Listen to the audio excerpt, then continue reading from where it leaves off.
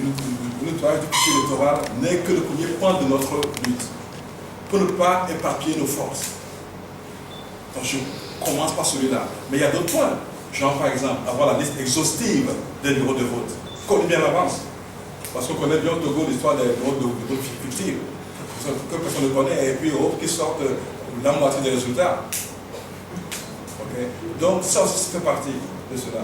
Le fait que nous puissions changer, avoir des demandes de la CENI de manière consensuelle aussi, en fait partie. Ça fait partie des demandes que j'ai adressées au chef de l'État sortant. Et tout ça, mis l'un avec l'autre, fera que, eh bien, quel que soit le vainqueur en 2015, que ce soit le reflet de la volonté du peuple togolais. C'est le peuple togolais qui est souverain. Donc nous allons commencer cette bataille, et puis une fois que nous allons gagner cette bataille, nous allons continuer et lancer la suivante, et ainsi de suite, pour que nous ayons des élections dans la paix autonome. Que nous pouvons enfin élire véritablement, pour la première fois au Togo, depuis les indépendances, un chef de l'État, choisi par le peuple. Ou on est démocrate, ou on ne l'est pas. En 2015, vous allez voir, j'ai dit que nous devons revoir nos lois, de sorte que vous avez vraiment la liberté de penser, la liberté de créer, tant que vous écrivez des faits. Donc je ne me permets de parler pour ça. Aujourd'hui, il y a d'autres moyens que vous avez aussi pour pouvoir montrer les résultats. Je vous donnerai offre en offre pour ne pas vous chercher après. De faire de moi le prochain président de la République, il me faudra une majorité pour pouvoir gouverner. Je ne peux pas transformer le Togo tout seul. D'ailleurs, j'ai toujours dit que moi, je suis prêt à travailler avec tout le monde, que je ne ferai jamais de chasse aux sorcières.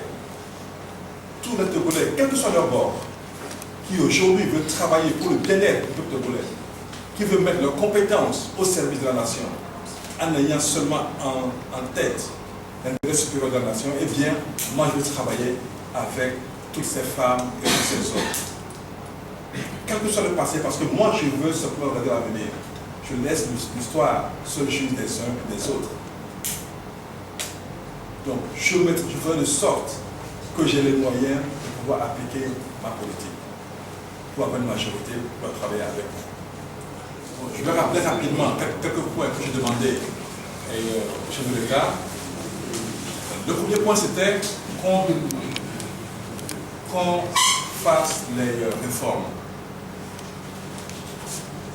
Donc, je continue ça. J'ai demandé qu'on fasse le nettoyage et l'audit du fichier électoral. J'ai demandé que les membres de la CENI soient choisis de manière consensuelle et équitable. J'ai demandé que la Cour constitutionnelle, parce que nous tous nous savons que son président a brandi sa carte de membre du NIR, donc ces décisions peuvent être partisanes.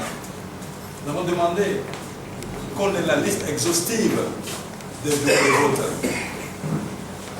Nous avons demandé que les résultats soient affichés pour ne pas bureau de vote, entre autres. Donc, nous allons les obtenir d'une manière ou d'une autre. Parce que nous avons commencé la première phase par leur demander, ils ont refusé. Nous avons quand même réussi à obtenir que moi j'aille mercredi à la CENI pour discuter de ce que relève du pouvoir ou des prérogatives de la CENI, de comment nous pouvons travailler ensemble.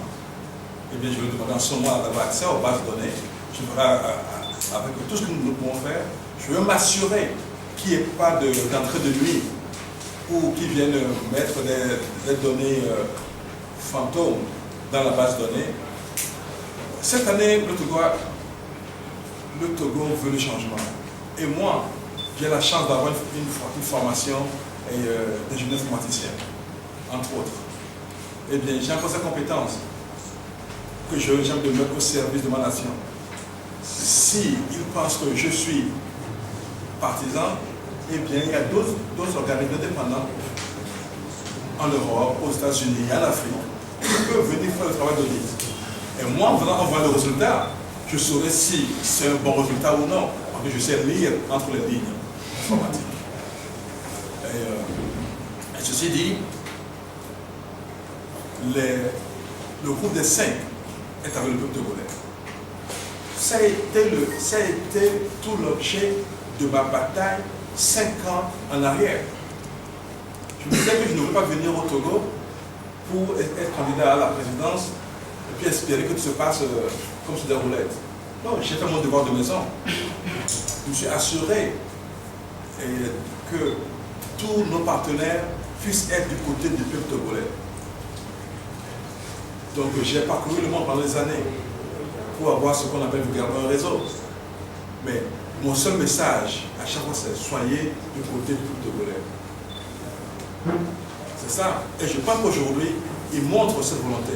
Nous avons tous vu le courrier que le président François Hollande a envoyé à M. Blaise Compaoré. Nous avons tous vu le discours qu'il a fait à Dakar, qui est pour moi un véritable discours de la rôle numéro 2. Donc, la communauté internationale est avec le peuple togolais. C'est pour ça que cette fois-ci, n'ayons pas peur. Ils ne peuvent plus faire ce qu'ils ont fait les années précédentes.